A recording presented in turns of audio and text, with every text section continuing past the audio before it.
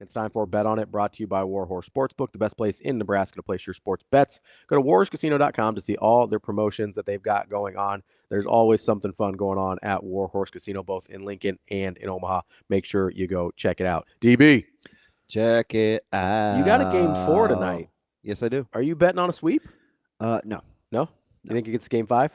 They lose the bullpen I'm game? I don't have a strong feeling in either way. I will say, I wouldn't be dismissive of a bullpen game because if the Dodgers are dialed in, they should win because the Yankees situationally are so poor 1 through 9. Yeah. The Dodgers can match that. Mm-hmm. They can situationally, and it's hard. Because you can work around a couple guys. Yeah, for sure. In a lineup. You can work around a couple guys. So, I mean. You can't work around the Dodgers lineup. I don't understand how tonight's line is the exact same as last night's line. Yeah. So. Minus 150 for the Yankees. Let's start there. Yeah. Yeah, but I wouldn't. I have a hard time getting a feel on this one just because, when you're down 0-3. Yeah. There's basically one of two ways you can go. Hey, this thing's tank or fight? Yeah, it's hey, this thing is over, or God, I don't want to get swept. Yeah. Right? Because at some point, deep down, this thing's a wrap. I don't know if you do or not. I think you do. You win tonight and Cole goes tomorrow. I understand that, but you understand the history. It's happened one time ever. Yeah. So you understand context. Yeah, here. But they don't. No, I don't think the Yankees care about that. You understand the situation you're in, though, being down 0-3. They don't care that it hasn't been done. It's only been done once. They don't. I think contextually you understand where you're at. I don't. I don't think you get to this stage in the World Series and think, well, it's only been done once. I don't think they think like that one bit. You don't think last night they're thinking we have to win this game so we don't go down 0-3? You're saying two different things. Okay. You never want to be down 0-3. But you're not discouraged because it's only been done once before. You don't think to yourself, there's a clear difference in that. You always want to be in an advantageous spot to be able to run down games in a series. So, sure, you don't want to be down 0-3. Sure, yeah. Okay? 2-1 is significantly better than 0-3. But I don't think they're thinking to themselves, going into the night, man, there's only been 0-4 Boston. No, that's a loser. Nobody's thinking like that. Not that's in, and if they are, them guys probably shouldn't be playing. It's always about staying right there. Here's the reason I bring it up is I don't think everyone, and plus, who was it done to? Them. They know. Yeah, I understand that. Okay. None of them were around. I'm just saying, it happened to their uniform. I get that. Yeah. But part of the reason I bring that up is I think sometimes we assume a mentality in elite athletes that sometimes they're really good at what they do. I don't always know that their mental edge is what we give them credit for. No, that's true. We see it all the time.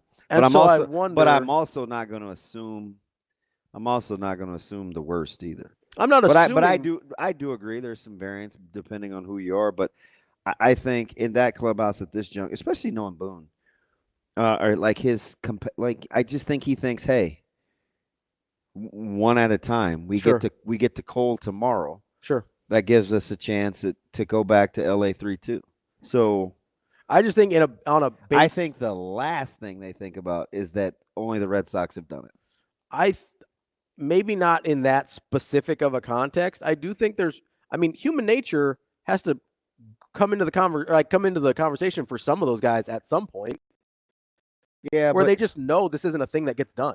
Competition among guys at that level isn't what I would call normal, though. I get that. It borders on irrational. That's why I brought up the mental edge doesn't exist for all of those guys. I think on a baseball team, because you have so many dudes, yeah, and because it is kind of there's a lot of individualism in baseball, the way the game is played. Yeah, I just don't know. I don't. I think you need a lot of guys to have that mental edge to overcome that. Even at this level, I think, let's say I'm talking about high school or college. Mm-hmm.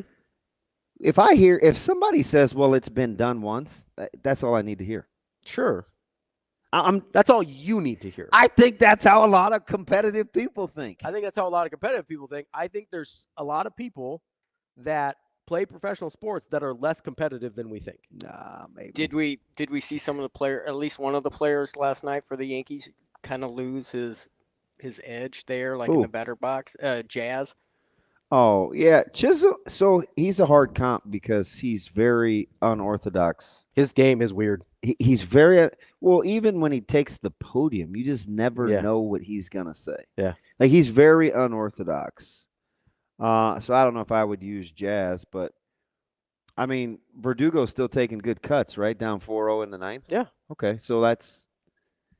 But down 0-2 and trying to win game 3 is different than being down 0-3. I think taking good cuts down 4-0 when you had 4 hits all night is kind of what baseball is. It's about managing failure. So I think I know, but some guys are better at that than others. yeah, but I mean, why die on that hill though? That is such a particular finite thing to rest in. Because I think human nature crawls into play here. Yeah, generally speaking.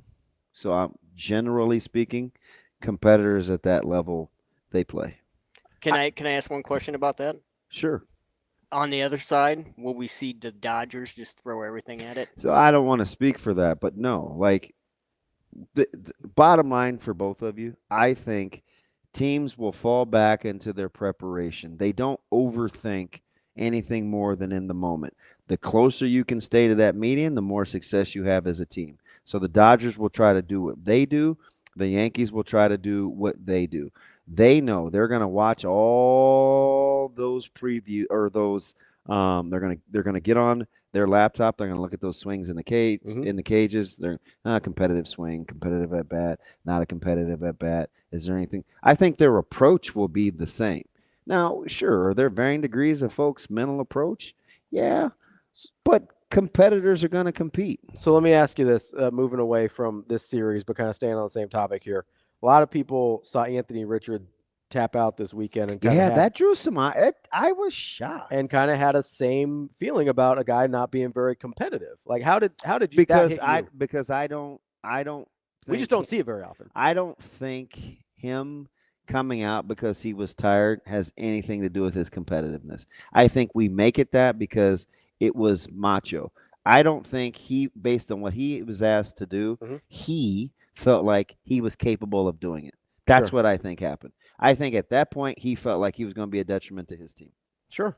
There's some other guys that need to tap out sometimes too. A little self-awareness. Yeah, like I think I listen to Chase McDaniels rant, and I'm like, okay, man. I think we just, because we don't see that from that position, because we see other guys do it. We see running backs all the time. Be like, hey, I need one. It doesn't matter. Like, it matters he's a mobile quarterback, right? Like, that's a thing. Like, Tom Brady's not getting winded on a play, most likely. You know how many times I see wide receivers come out in and out of the lineup after running a couple of routes? Yeah, because they need one, right? Okay. You run like a couple deep routes, you're like, hey, give me one. We just think, quarterback, you can't. It didn't move my needle. Because he's asked to do something different. Yeah, it didn't. It didn't bother you? Nah. Dude puts his body on the line all the time. 100%, yeah. I'm cool. Yeah. I'm cool. It's just, we've seen other mobile. It was very strange. Don't get me wrong. Yeah, it was a really unusual moment. Like, it was very strange. Is that a situation where you're just, like, maybe you check out of a play, you check into a run play or something, or quarterbacks do it all the time. Right, that's what I mean. Like, hey, I'm tired. Can I check into something else? Yeah, they do that.